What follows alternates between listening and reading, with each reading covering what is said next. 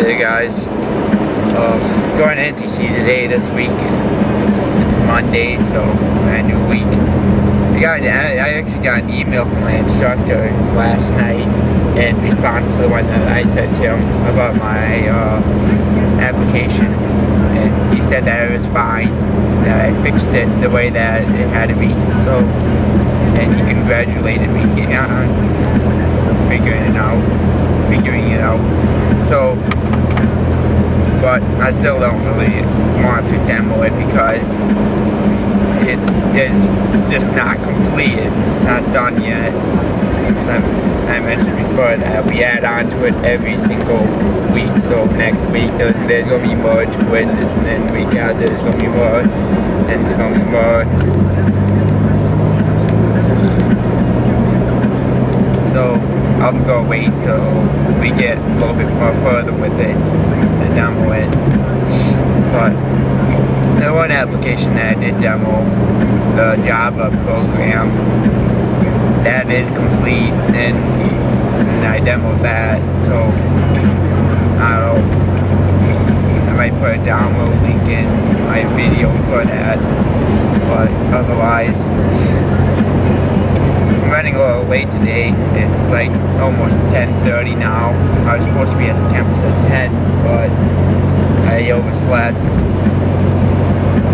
partly because of daylight saving time. That kind of messed me up a little bit. So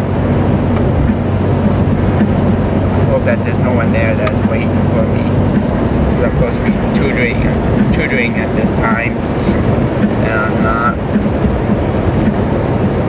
Gotta just get there. Like, damn it. Oh. I can always change my time being there. It would be a little later, I guess.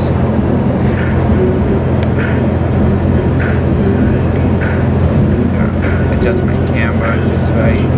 So, not much, I don't know. I'm not expecting much to happen today. I got a Java test later tonight, so I'm going to print off a few things for that. I'm going to try to be prepared for that. That's pretty much it. Oh, had fun in Java. Had fun. We got stuck with a application that we had to do. It wasn't very big, so I thought, hey, hell, I could probably get this application done in a fucking hour. So it really wasn't. I ended up freaking doing more with it than I ended up having more problems with it than I probably should have. But there are some things that I was doing wrong, and then I'd seen how other people were doing it, or I heard what other people were doing with it, and I did the same thing, and that was working at one point. Then I got to another point where I was supposed to display a open file dialog box where the user would select a file, and depending on whether they actually click open or they click cancel, then that file's name would be displayed in another text box. Then you click a button, and then it would open up that file's contents into the program.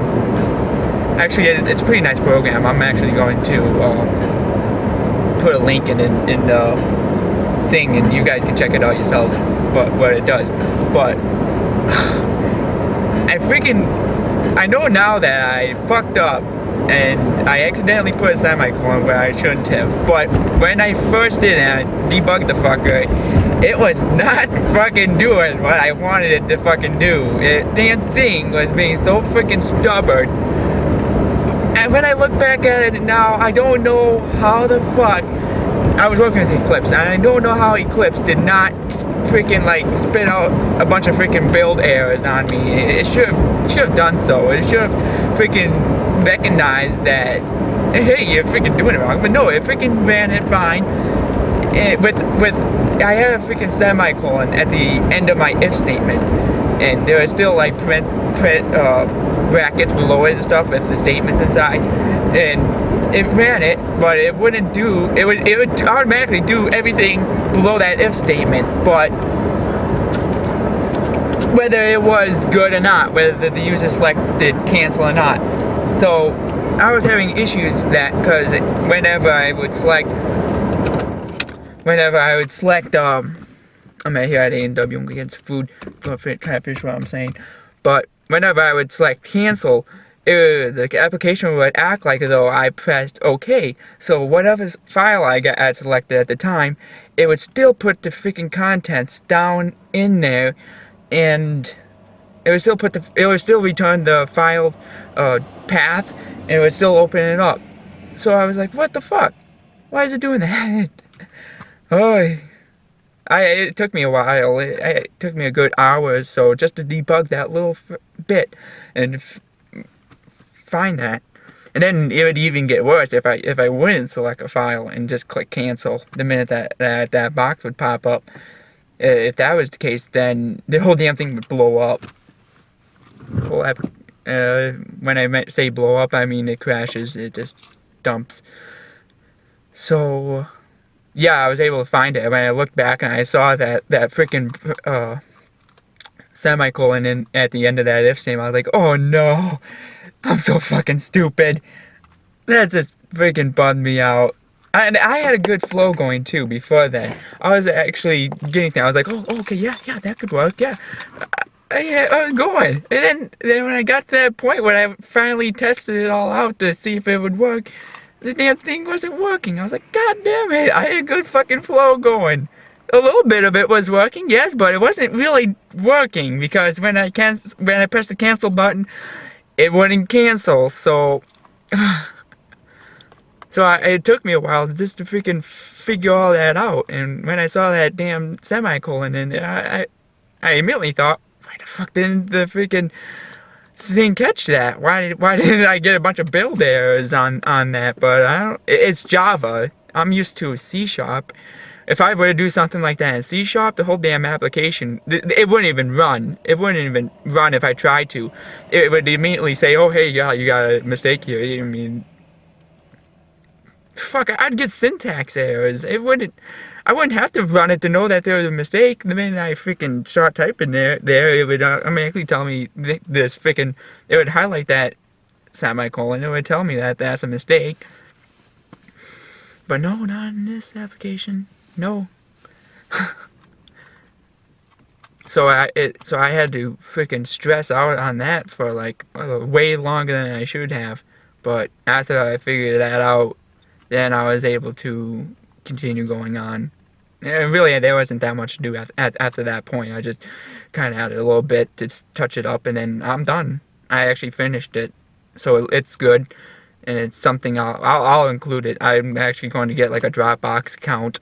I do, but I gotta install it on my computer at home, and then from home, then I'm going to upload all the files that whatever the fuck I need or want into that account. And that's how I'll go about that. Now I'm going to get some food. I'm hungry. I was talking a little bit before about syntax errors and runtime errors. Well, I was going to kind of brief up about some of those a little bit. Basically, I'm not a professional, so correct me if I'm wrong, but to my understanding, there should be two types of errors you could run into with your program. The first error, which I personally think is not so bad, is your syntax errors. Those are the errors that you get either when you're actually writing it or developing it, or right before you, or when you build it, or before you run it. So, I mean, those are, I think, the ones that you can find very easily, very fast, because if they're not pointed out to you right before you run it, then they're pointed to you right when you write them. So, but those are the stupid things, really. Those are like the major issues, like, oh, I forgot a parentheses, forgot a bracket, mistyped something, lowercase, uppercase stuff, because most of those programming languages, those are case sensitive. So if you create a variable that is all uppercase and you try to write the same one all lowercase, that you're going to get an error there. But yeah, syntax errors aren't so bad in my opinion. Runtime errors, those are the ones that could really give you hell. Those were the ones that I was running into today in my Java program that I was talking about. Those errors happen where just spontaneously right while you're running your application, and they could happen pretty much whenever. And well, I shouldn't say when they can happen whenever. They can happen after an event or something, or during an event. And what I mean by event would be like a click event or anything else that a user kind of does. Like if a user clicks like hits like the enter key in a text area, or if they check a checkbox, or if they select a radio control. Those are all events and stuff. There's a lot of events. So I mean, I'm afraid to turn on my light right now, but runtime errors, I would say that most of the time they would happen like in the instance, for example, in like verification. I know that that's where a lot of trouble can happen. For example, if you create a text box, a text area where you want the user to type in some kind of number, and then later down in your code you're going to have that number that the user enters in converted to a number, and you're going to do some calculations with that crap or whatever. Alright, so example of a runtime error that could happen with that situation would be if the user, or not the user, but if the program would misunderstand or not think ahead, like for what the user would actually enter in that text box. If you don't account for what the user would enter in that text box, you could get some runtime errors, or what I like to call your application bombing. It would fail, it would bomb, like what I like to call it. It just crashes.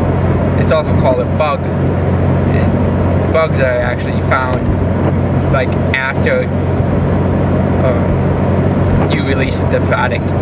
If a program crashes, it's because of a bug in the software. It's something that wasn't accounted for.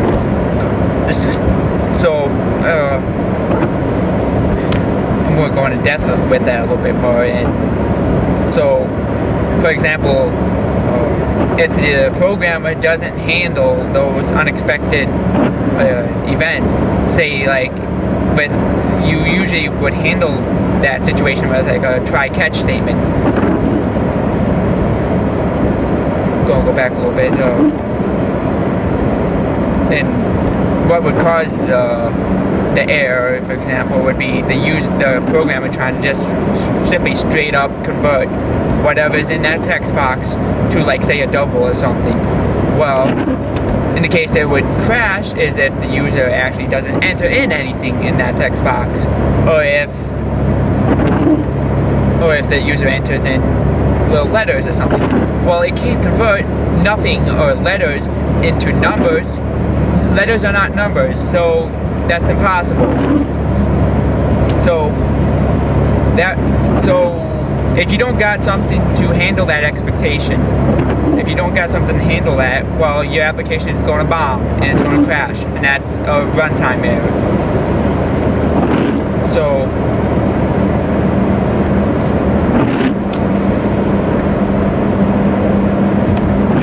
the way you handle that kind of situation, for example, is to put a try-catch statement in there. You would try to do the conversion, and if the application can't do it, if it's unsuccessful, it would go straight to the catch part of it, and it would do whatever is in that statement, in the catch part. And that would handle it. That would take care of it. But yeah, that's what I was running in. Those were the kind of problems I was running into in my Java application.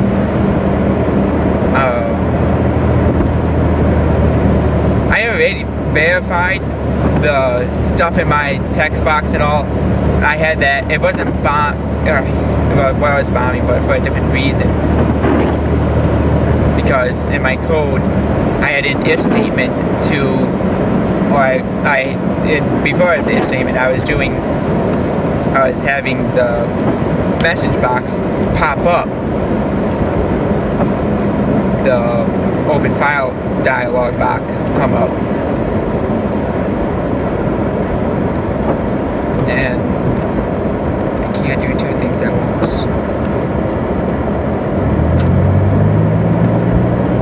So when I had that dialogue, I'm trying to think back to my code now, and I'm trying to think at the same time. But when I had my dialog box come up, it would prompt the user to select a file to bring up. Now, if the user were to select a file and click cancel, or if they just click cancel, I got to, like I mentioned before, I got to handle that expectation.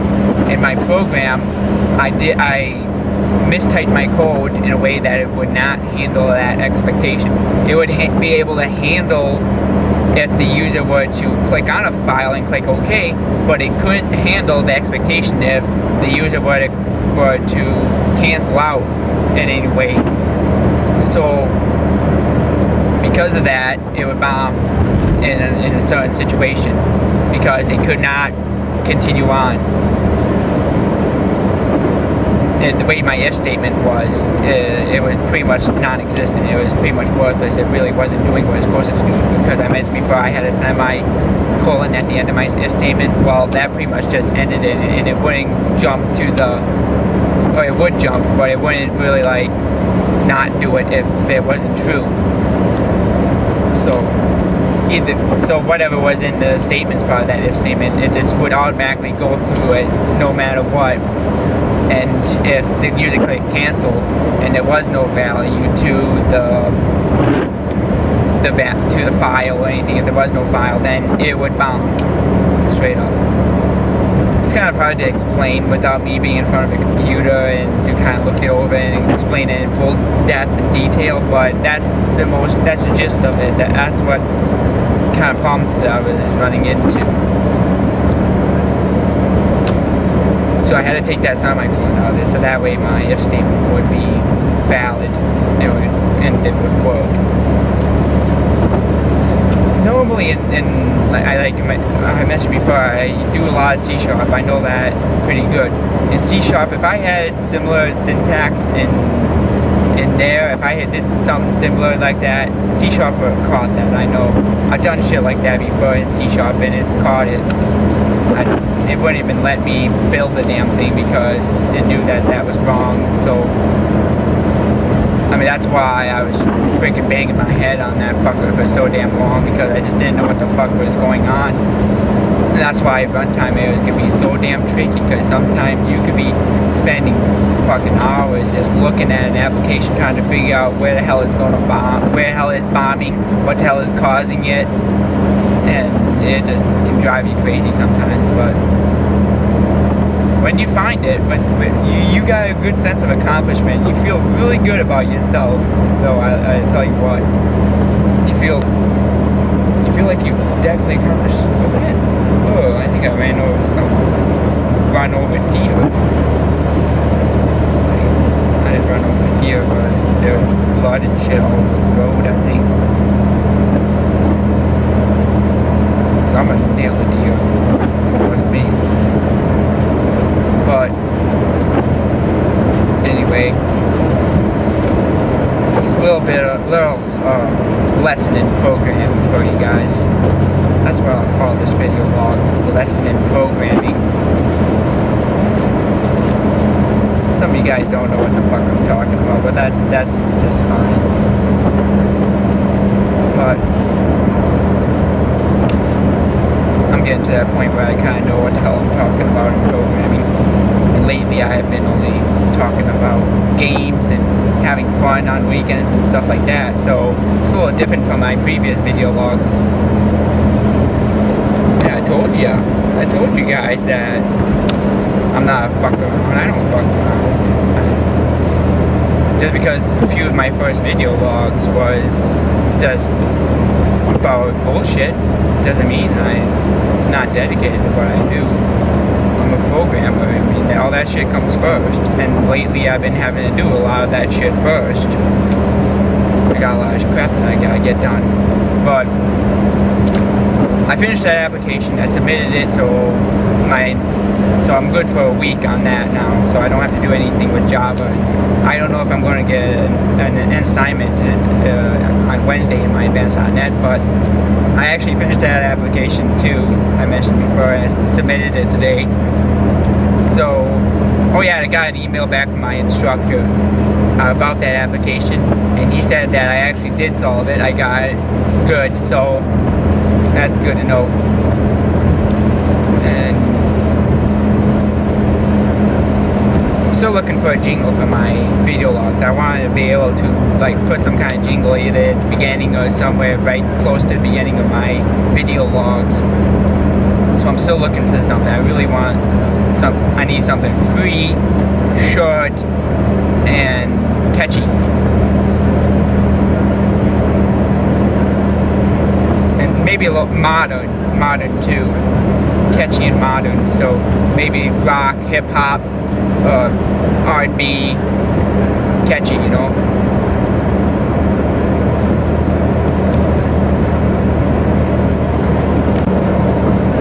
When working in an application and you experience issues or something, there are many debugging techniques that you can use to actually work your way through an application.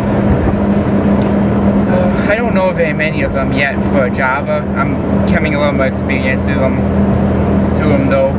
For the most part, some of the debugging techniques that you learn through all the programming languages, they can be kind of universal, and you can kind of use them all, and you can use them through all the programming languages, but some of them are kind of special and unique to the text editor that you are using. For example, in C#, I know that you got breakpoints that you can put throughout the application in order to stop at that point, and you can kind of see what the hell is going on, or you can even just see if the freaking program is reaching that point.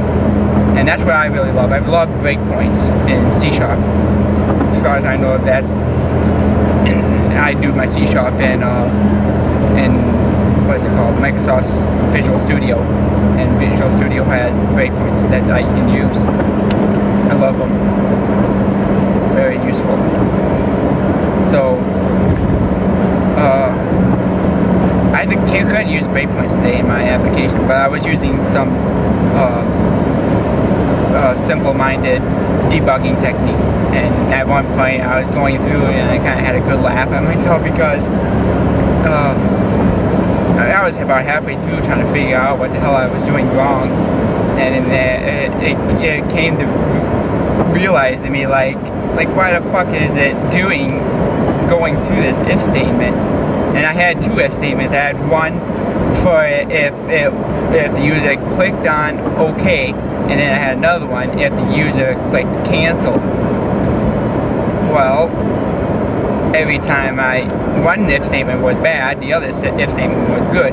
So if I clicked cancel, it would have gone through the bad if statement completely right through. It would have just done everything in there, but then it would have also gone through the other if statement, because that if statement was good, and that if statement would have been true. It would have been true because it did click on the cancel button. So at that point, I still didn't know what the fuck was going on. I didn't know that the first if statement was bad. So at that point, it looked like to me like, what the fuck? It's true in both the if statements? That's when I freaking reached my freaking pissed off climax. I was just losing it at that point. I was not a happy person. Then I started to use even more debugging techniques, and I was able to determine that yes, the values were changing on like the integer that I used to. It's hard to describe, but with the box that I'm setting up each button, like the yes and the no button. Yes, the cancel button, they both represent an integer value of one for yes and 0 for no or cancel. So, I mean, depending on what the user clicks on would be what value is returned. So, I mean, I was testing to see what would be returned, whether 1 or 0, and I saw that it was changing, but for some reason the if statement it was processing both of them. So that really freaking pissed me off. But that's what kind of helped me finally figure out what the fuck I was doing wrong. But I was just going to mention that there are debugging techniques you can use in applications. So it's not too damn stressful when you're going through trying to figure out why the hell your damn application is bombing and all that crap. But there are debugging techniques in each of the text editors that you use to program. Like I mentioned before, one of the nicest ones that's really easy to use in C# is the breakpoints. It's pretty much like a stop sign at a certain point of code. When the program goes through it and reaches it, it stops, and you can then browse through the code and you can actually see what the hell is going on, what values are being assigned. And if you get really techie with it and really savvy with it, you can place breakpoints in certain areas just to test if your application actually gets to that point. Like, for example, I mean, if you got an if statement and you don't know if the application is actually getting to that point, or if you don't know if the application is processing the events inside of it, you can put a damn breakpoint in there. And then when you go through your code, if it don't stop, if it don't get that breakpoint, then then it's not reaching it. In the case, I know that breakpoints are not in every text editor. Another debugging technique is to use a message box, for example. You can throw it in, they're really easy to code, and you can throw them in pretty much anywhere, everywhere. And for example, in the if statement that I used before, if you don't know if application is reaching that part, throw a message box in there. Have a message box display up to the user saying, yes, you reached the if statement. Debugging techniques. What are some other techniques that I know?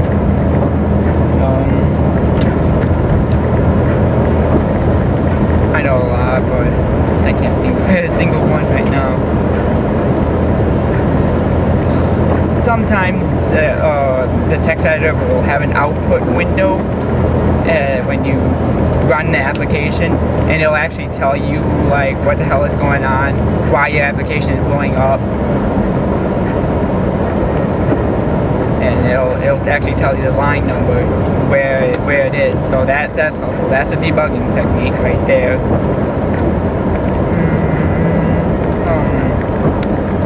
Oh yeah, there's a debug.write line. I'm not too familiar with that. I'm kind of just learning it right now in my advanced.NET class. You can actually have the application write a line of text or anything to like the output window in the text editor, and that would tell you whether your application got to a certain spot or not. You can also have it write a value of a variable, for example. But I like the breakpoints, and I do use the message boxes sometimes too in other text editors, like for example TextPad and anything else that I use on. But yeah, those are some of the debugging techniques that you can use.